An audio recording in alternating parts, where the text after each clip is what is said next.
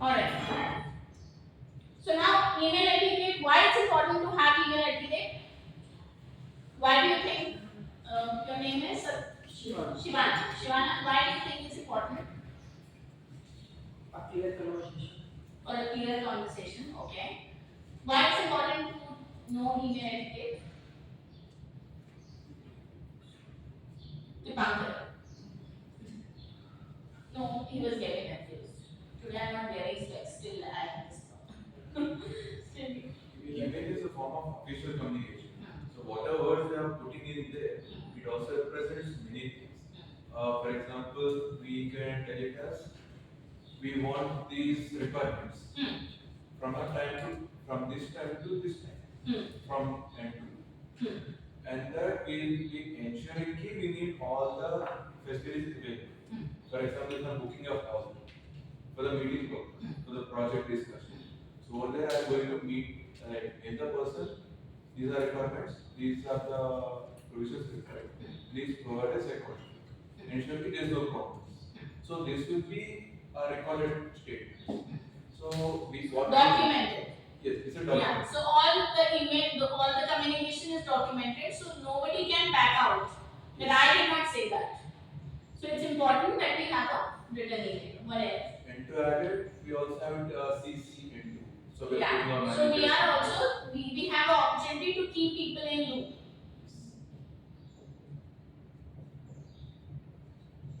What else? Why do we need email etiquette?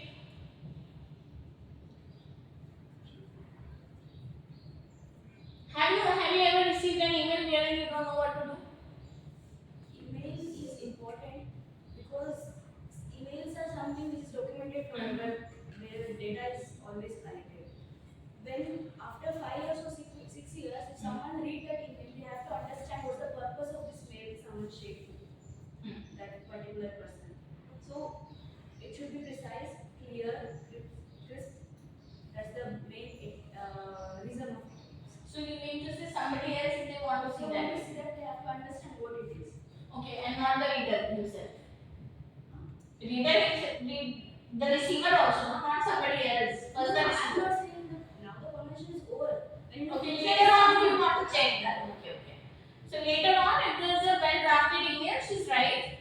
If you want to just check what is the email written, what the conversation was about, to have a document proof. What else? Clarity of communication. To have a clarity of communication, we should learn email etiquette. Yes. So for better clarity, we should learn email etiquette. In emails, we should use comma, full stops wherever required. Yes. So pronunciation should be kept in mind. Right now, my question is not what are the email. I'm saying why we need it. So if the pronunciation is not there, it's confusing. It leads to confusion.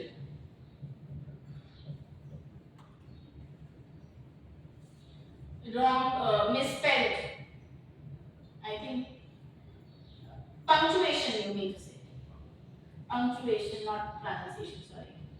Spelling and punctuation leads to confusion. What else? To keep a proof.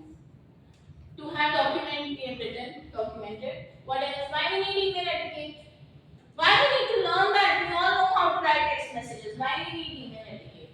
Maybe just to sort of a impression of Yes, it gives an impression about you who is writing an email. In the form of mail, we are also representing our company. Yes. If it's a third party. Impression of you and your company. to maintain some standards. To maintain some standards. Preferably high standard. What kind of standards? Means like what kind of means whether it is in all formal or means It's always formal. The kind of emails we are talking about, they are always formal. Conversation is structured.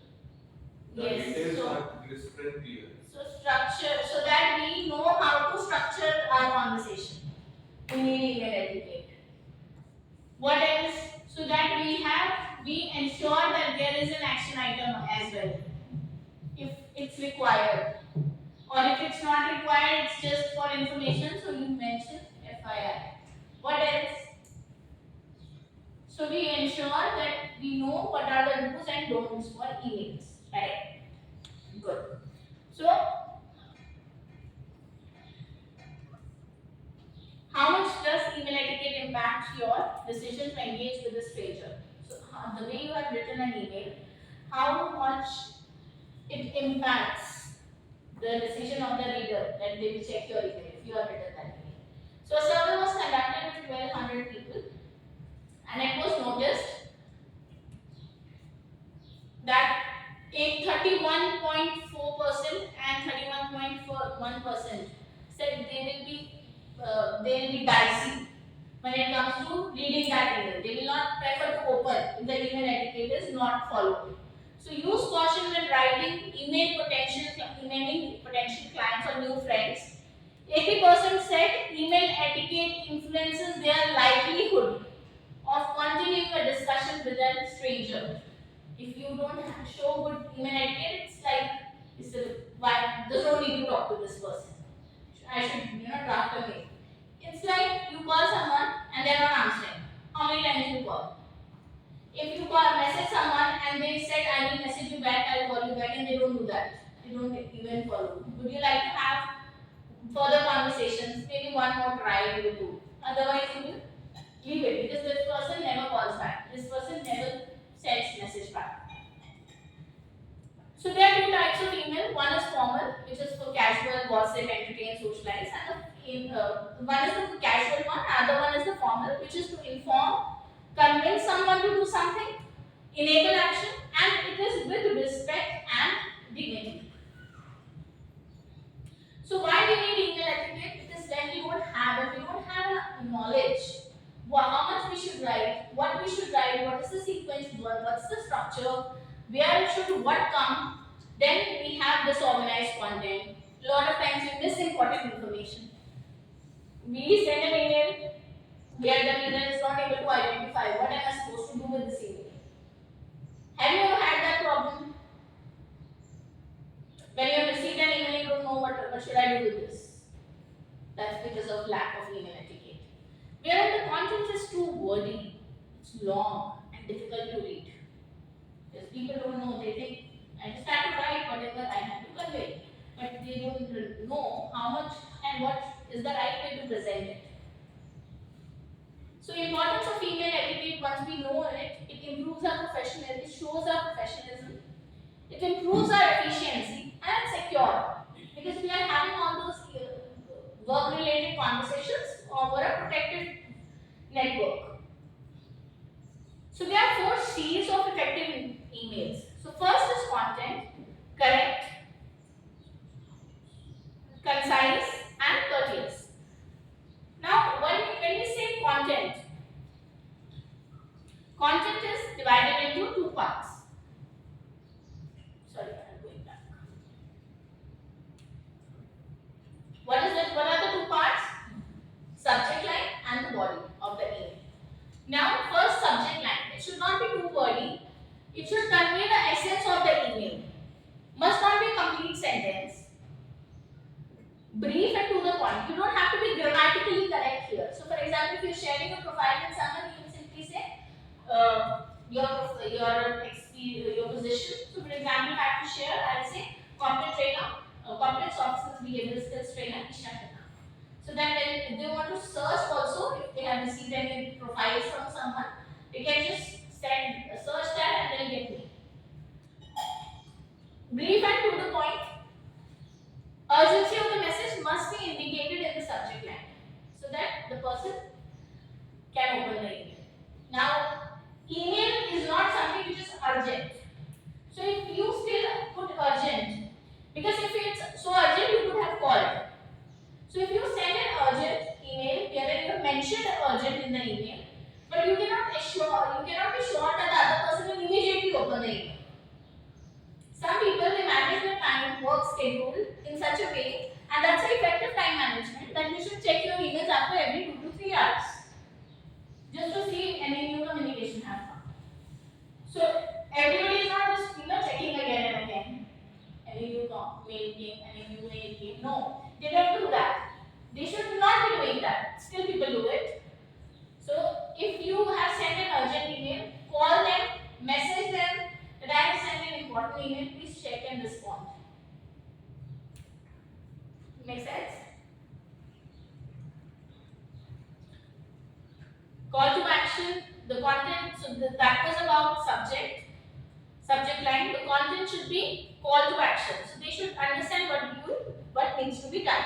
Getting more instructions or information we want the reader to take away from the message. So what he should do about it? Is he supposed to do something? Is he supposed to inform someone? Bring someone? Draft an email? Organize some data? What is he supposed to do? So that should be clear. The actions that need to be taken, what actions you want them to take. So let's do one exercise.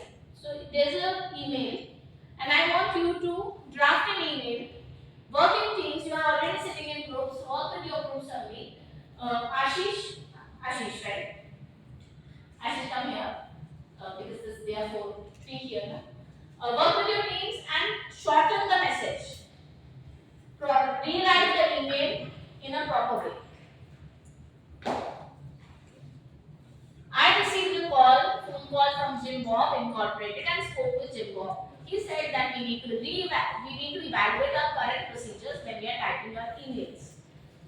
If we are not obeying the current policies, practices and procedures which are already set in place, then we will need to conduct full investigation. So when you are typing your emails, please be aware that your typing could be viewed as offensive by the reader. Also, when you are using our email system, keep it limited to just work-related emails. Do not transfer chain letters or documents as it may move down or when servers.